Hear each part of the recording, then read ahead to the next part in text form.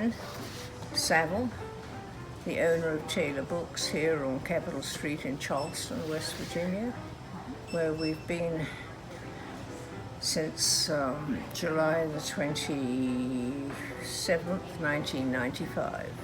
Just had our 25th anniversary.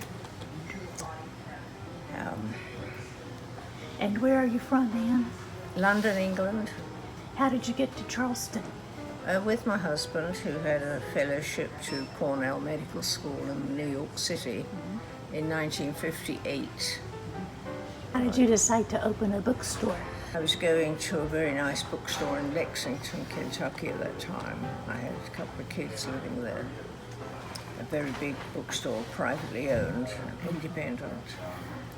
And it was very popular, and it was becoming the way to do it. Big, you could sit around, a bit more than just a bookstore. So I thought, well, that'll be nice. So I went off to bookseller's school in Portland for 3 days. Yeah. How do you attribute your success in the midst of these big box bookstores and having an independent bookstore Because these days? there wasn't one here. There was small ones. There was a religious one on the next corner, a Christian bookstore. Specialty bookstores find it very hard to make go. And just Charleston was very thrilled with the idea they'd have a good-sized bookstore, not just a little kind of hole. Your books is much more than just books. What happens here in this? There's lots of activity going on here. That's true, because people like to hang around. You know, it's like a third place. You have home, you have work, and you have somewhere to go, another space. And a place like this can be that other space. And some people actually do work here. People meet here, they bring their work to do on their laptops. And what do you sell over here? Scones and muffins, and all kinds of coffee-made based drinks. We make soup.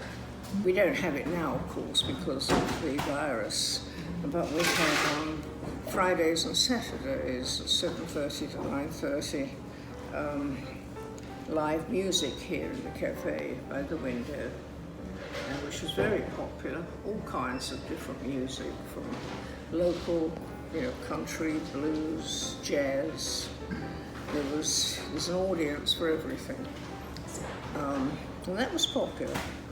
And of course, being a bookstore, we can't charge an admission or anything, but the musicians realise that, and so do the customers, and they have a tip jar, and people are very generous. So here we are in the art gallery.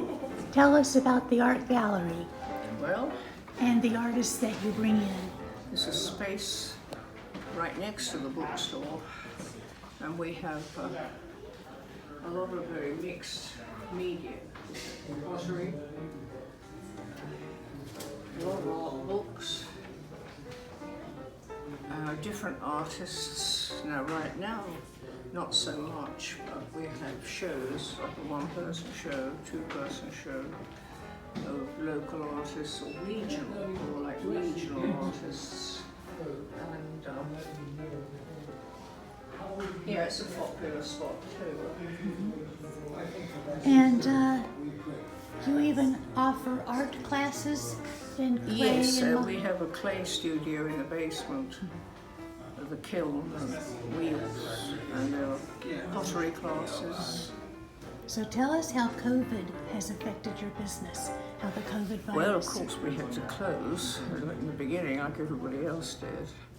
Gave us an opportunity for deep cleaning, repainting, reorganizing. But I would say the bookstore has recovered to about 2/3. And great help, of course, from our customers, because one of my employees put something on I don't do social media at all. I mean, I can barely text a friend on my phone. I'm just complete Luddite. But that was been very, very helpful, and I was just astonished at the amount of support. We have so much loyalty. Very much loyalty, and your loyalty to the community. So thank you, Ann Sowell, for sharing your story with us and for revitalizing downtown. Thank you so much.